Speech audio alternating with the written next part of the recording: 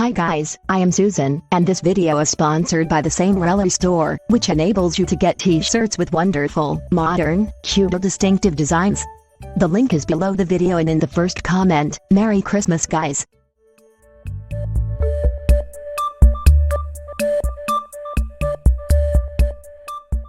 Apple Loop.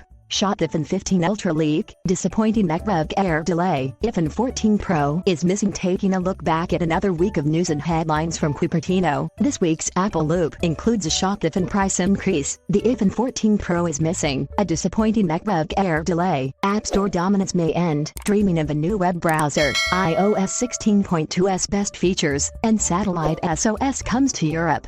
Apple Loop is here to remind you of a few of the very many discussions that have happened around Apple over the last 7 days, and you can read my weekly digest of Android news here on Forbes. An Ultra price for an Ultra phone. The bill of materials for the upcoming iPhone 15 Ultra is expected to increase by $100 compared to the current iPhone 14 Pro Max. And that means Apple will be passing on the price increase to consumers, all of that $100 and then some. Now leaks a bold states that the iPhone 15 Ultra will have a starting price as high as $1,299, a $200 increase on the iPhone 14 Pro Max, and the biggest single generational jump in iPhone history. It's going to be a more expensive iPhone. Even in the United States, the leaker explains. Apple has been losing margins year after year. Rising production costs and inflation, that makes the money the company has in the bank worth less, have finally broken the camel's back. This iPhone 14 is missing. Although it's too late to order a new iPhone 14 Pro for Christmas due to production delays, the supply chain for the new iPhone models is catching up with, but not meeting, demand.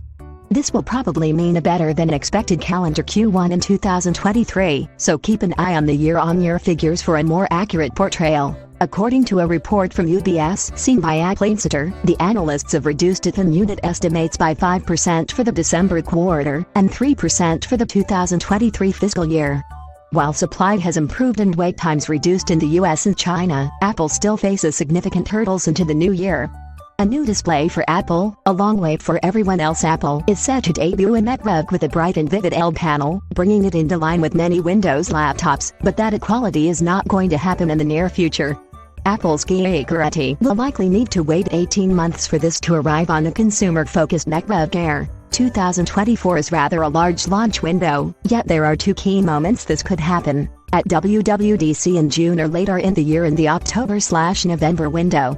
Given the launch of the second-generation Apple Silicon MacBook Air alongside the M2 chipset at WWDC in 2022, I think June 2024 is more likely. Apple is a creature of habit, and getting the Mac platform on a regular update cycle that apes the iPhone will no doubt be welcomed by many, not least consumers and enterprises looking for a predictable upgrade cycle.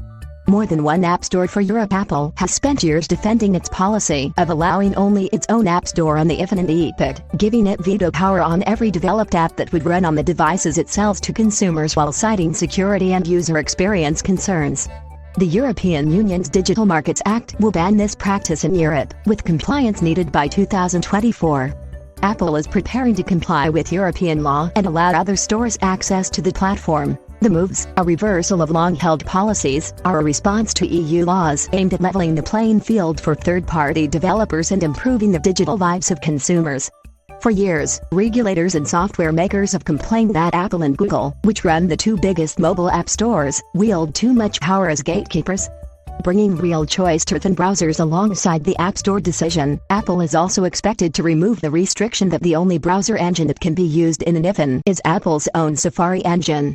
That means developers looking for more web controls to allow for better browser-based apps should have some iOS alternatives in the future. Chrome, Edge, Firefox, and other popular web browsers like Opera and DuckDuck are all currently forced to use WebKit on iOS, resulting in limited differentiation with Safari.